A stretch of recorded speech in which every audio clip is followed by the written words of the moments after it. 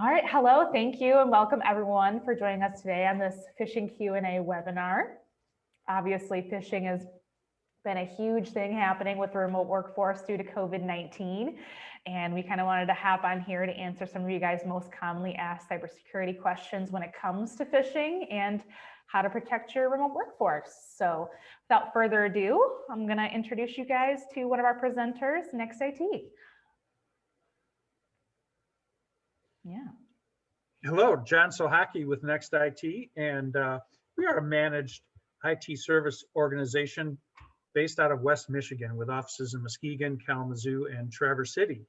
We're celebrating our 20th year in business this year, 2021, and I've been with the company just over 4 years and really looking to help my clients become more productive with reduced risk. Love to meet with you and talk about our technology success process. Awesome. Cool. And I'll introduce you guys also to ID Agent. Hi guys, my name is Leah Ubaldo. I'm one of the channel success managers at ID Agent. We provide a comprehensive set of threat intelligence and security training solutions for organizations and individuals impacted by some cyber events. We started off with the U.S. government on the OPM, Office of Personnel Management breach back in 2015. A lot of credentials, about 21 million records were stolen and had gone, under some background checks, and personal information of government employees were stolen. So that's kind of how ID Agent was started, creating a solution, to identify those compromised credentials on the dark web. Happy to be here. Sweet. Well, we're lucky to have you. You can go to the next slide.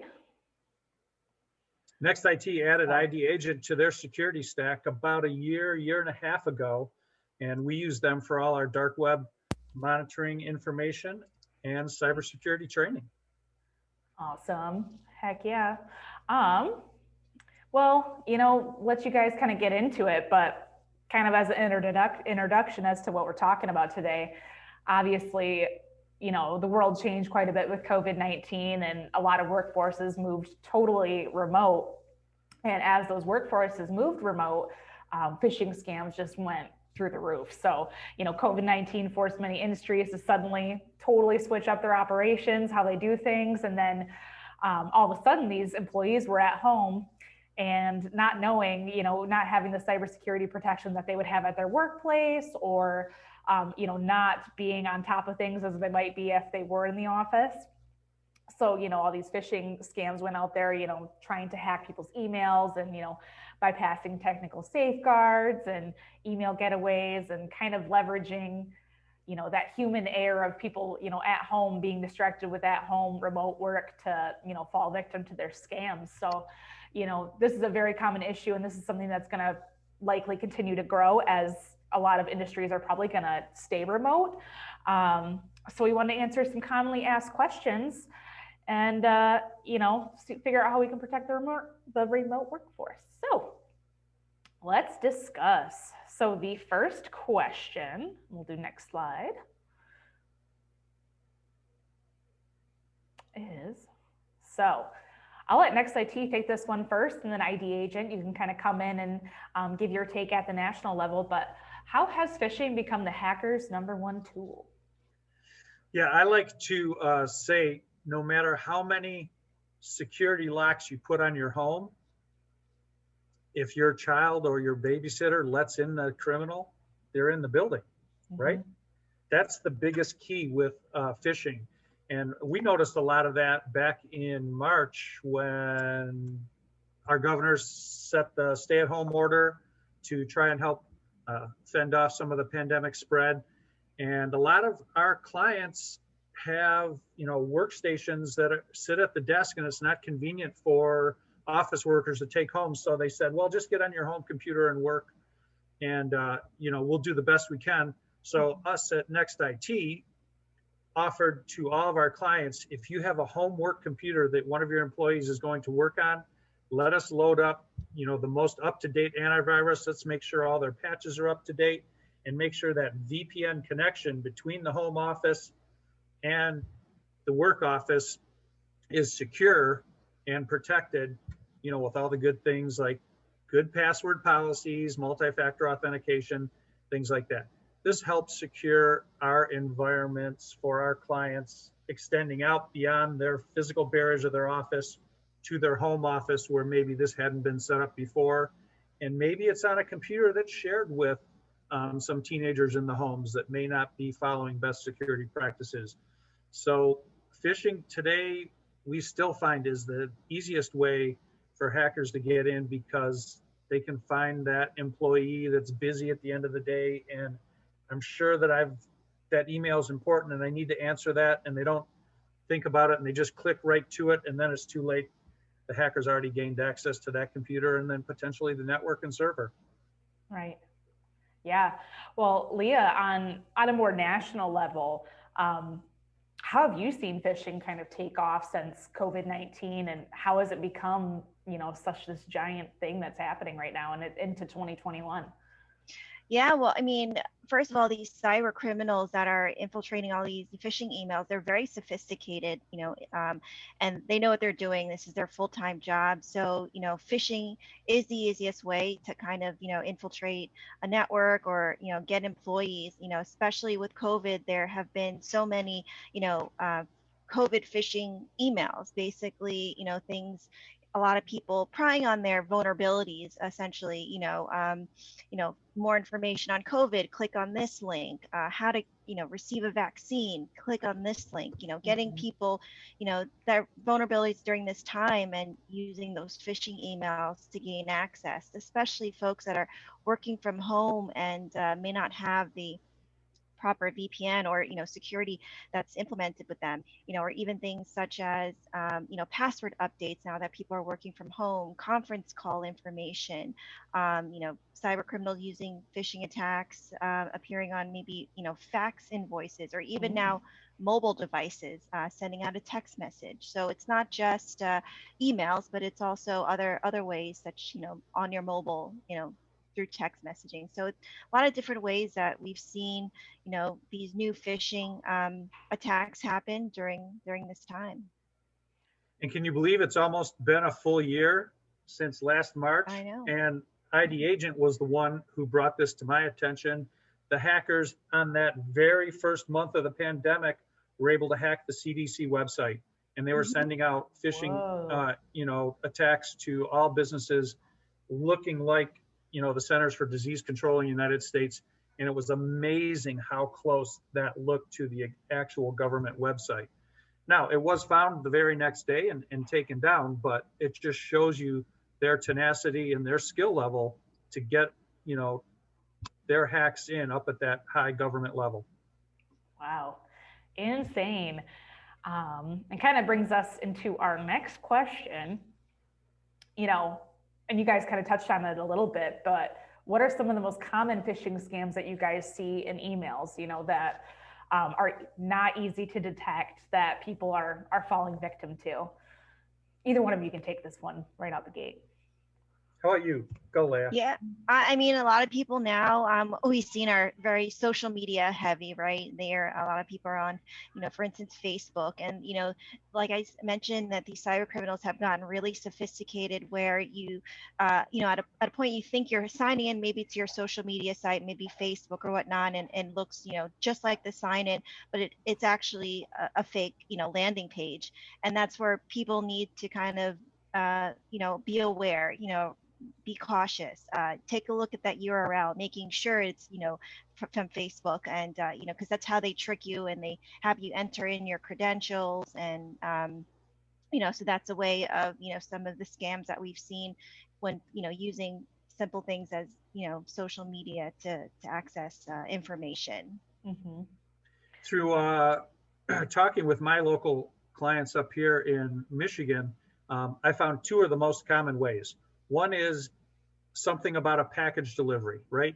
Either a fake email from someone like UPS or the Postal Service or FedEx saying that you've got a package delivery scheduled and they need some additional information. That one is real common.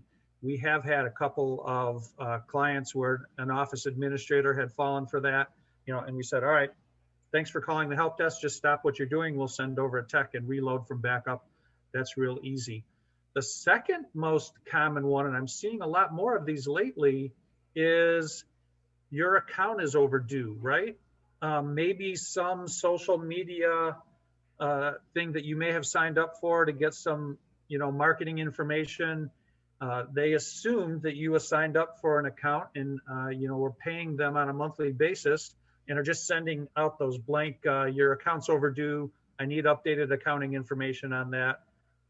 And I even saw that on my phone recently where they texted me something. And the real way I realized it was a phishing scam is they got my name wrong. Oh. They said, Scott, you need to send some more information. This package has, been delayed to your location. And it was not. The package showed up right as, but it just shows how sophisticated they are, where I was actually receiving a package and they were able to intercept that data and then kind of fake an email or text to me saying they needed some additional information to make that happen. So, that we call kind of a focused phishing or a targeted phishing scam, where they know something about you. And a lot of that's just public information. Mm-hmm. Another one I've seen has been the CEO scam. So, you think you're getting an email from your manager or the CEO of a company requesting, hey, Leah, can you, wire over this money? I'm in a meeting right now. I can't do it. And there's a link. And, people, it's unfortunate they don't question it. They don't find out, is this, my CEO or my manager really asking for this information? And they just go ahead, click that link and send that transfer over. And, it's unfortunate. You have to be cautious. And we've seen an increase in what we'll call email spoofing, where they actually take internal emails from this client and then will attach their information in there and some additional information. So it actually is a real email that's been circulated within your company in the past. And then they will add something onto that. And again, we had a client, suspected this, and luckily they, sent information into us and say, can you please check this out? And we said, no, that's a spoofing email. Somebody has gotten access to some old emails and have just inserted their information. And luckily they called the help desk before anything bad happened. Good. And that's why you guys were there. Yeah, we'll go to the next question. All right, another commonly asked question. So, I mean, we're all human, like you say, we can have all these defenses up and we can know what to look out for, but some of these phishing scams are just good.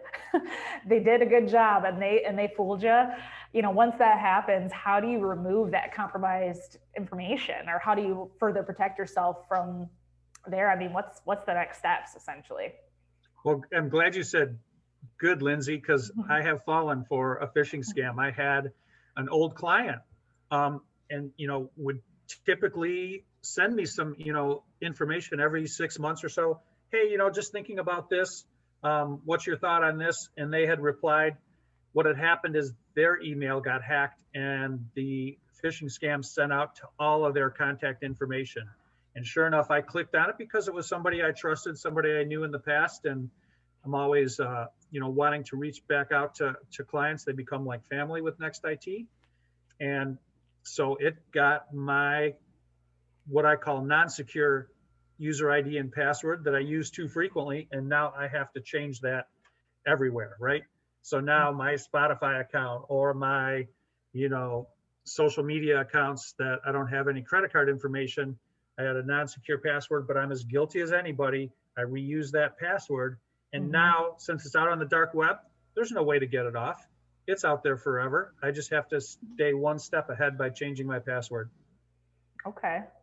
What about you, Leah? What do you, once you hear of a client that's like, oh crap, I'm in it. I fell victim and I didn't realize it. Now what do? I'm freaking out. Or do they have my information? Would you also say the same thing as first step? Go in and change all those passwords?